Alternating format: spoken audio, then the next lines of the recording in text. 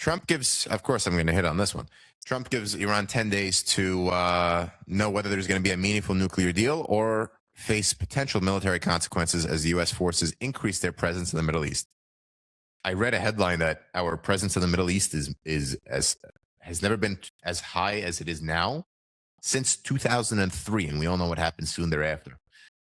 I'm convinced that this is posturing, but I'm also convinced that Admiral Stavridis got it right in terms of the chances are more likely than not that we will that we will strike. The Iranians are, of course, I get famous, infamous, depending who you are, about being untrustworthy. They truly have no reason to enrich uranium, especially to the amounts that they have. But as the Admiral said, you can't really take away the knowledge they have to enrich uranium unless you go for regime change. And I just can't believe that this is in America's best interest.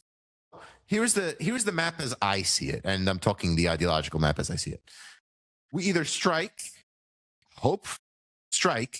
see what the Iranian people do, and then the Iranian regime, since they're really no match for the United States, as far as I know, may retaliate slightly, may bend the knee, may already have a prearranged sort of showdown with the Americans as far as Trump showing power, or we strike, the Iranian people rise up and have a coup, and then we are hoping that the replacement simply forgets about enriching uranium. Do I think it's in our national interests? Listen, with the information I know as a simply informed American citizen, it's better that the world's biggest sponsor of terror not have power or uranium enrichment capability. But is this on the top of my mind as an American right now to just go ahead and strike Iran? I mean, I don't know what my national security intelligence is, but it's not a lot. I'm more concerned with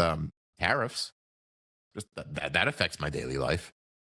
Maybe there's some glaring security interest that I should know about, but you can go back on my channel. For those of you who have been with me for about 30 days or so, I mean, I've been streaming for what, almost 50 days at this point. I think that Trump's military buildup is simply going to change the headlines. I mean, we want, as Americans, I think, and I'm speaking for myself here, we want results, not necessarily the shift in headlines. Trump is all about changing the headlines. The ex-Prince Andrew arrest doesn't really enlighten me. I mean, the guy's going through his legal process let him. But I don't understand people's intense interest in that. But what I do understand, and I've gotten some comments in this regard, the Epstein files, I guess, prove that certain people need to be held accountable for their actions, especially if they are now in positions of power. And very little of that accountability is being, I guess, brought down here in America.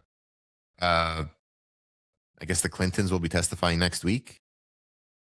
Trump is basically untouchable at this point. But I mean, how much longer is this Epstein thing going to drag out for?